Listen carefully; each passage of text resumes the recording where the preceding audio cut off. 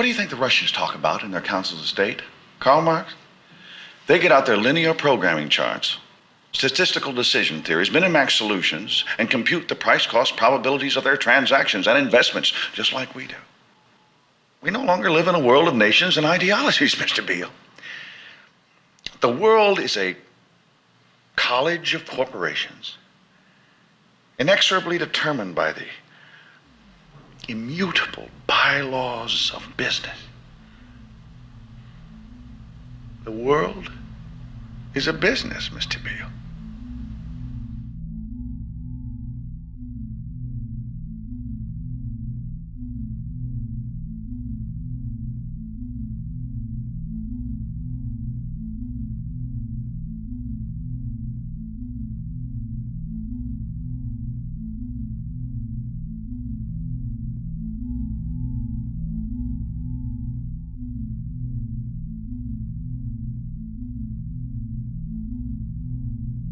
The world is being taken over by a handful of business powers who dominate the natural resources we need to live while controlling the money we need to obtain these resources.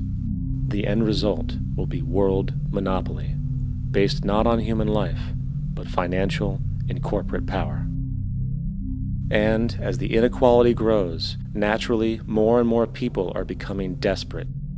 So the establishment was forced to come up with a new way to deal with anyone who challenges the system. So they gave birth to the terrorist.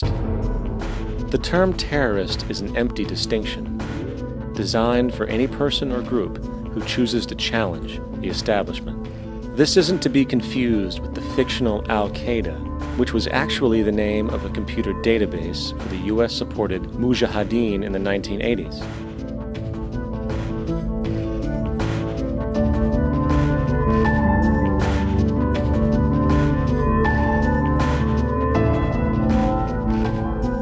In 2007, the Department of Defense received $161.8 billion for the so-called global war on terrorism. According to the National Counterterrorism Center, in 2004, roughly 2,000 people were killed internationally due to supposed terrorist acts. Of that number, 70 were American. Using this number as a general average, which is extremely generous, it is interesting to note that twice as many people die from peanut allergies a year than from terrorist acts. Concurrently, the leading cause of death in America is coronary heart disease, killing roughly 450,000 each year. And in 2007, the government's allocation of funds for research on this issue was about $3 billion.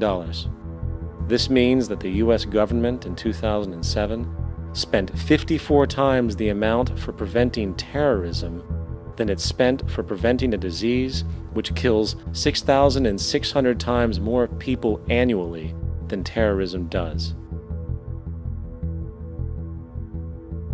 Yet, as the name terrorism and Al-Qaeda are arbitrarily stamped on every news report relating to any action taken against U.S. interests, the myth grows wider.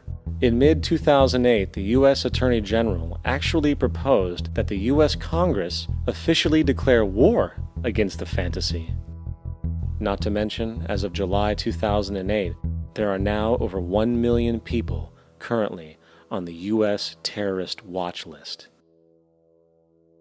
These so-called counterterrorism measures, of course, have nothing to do with social protection, and everything to do with preserving the establishment amongst the growing anti-American sentiment both domestically and internationally, which is legitimately founded on the greed-based corporate empire expansion that is exploiting the world.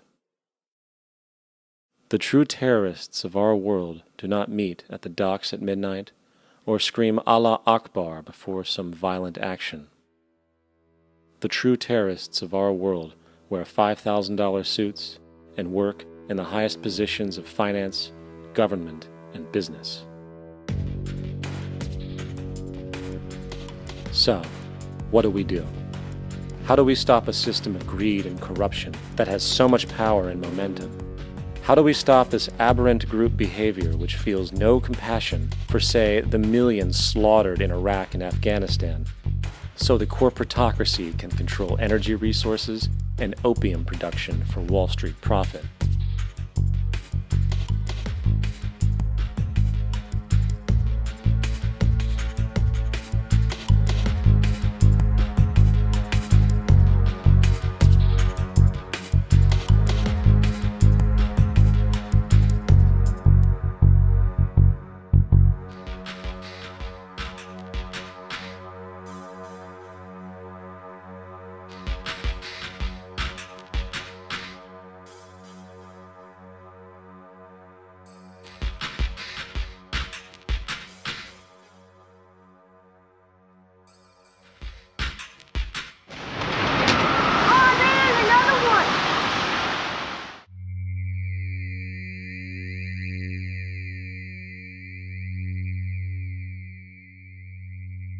How do we stop a system of greed and corruption that condemns poor populations to sweatshop slavery for the benefit of Madison Avenue?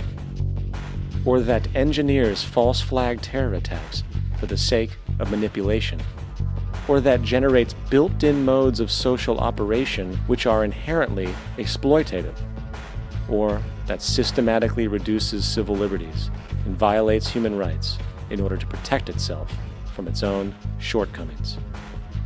How do we deal with the numerous covert institutions, such as the Council on Foreign Relations, the Trilateral Commission, and the Bilderberg Group, and other undemocratically elected groups which, behind closed doors, collude to control the political, financial, social, and environmental elements of our lives?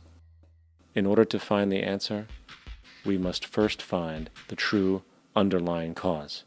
For the fact is, the selfish, corrupt, power, and profit-based groups are not the true source of the problem.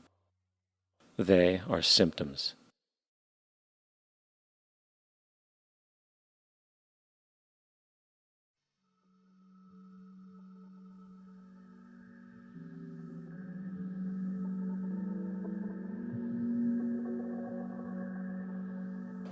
My name is Jacque Fresco. I'm an industrial designer and a social engineer.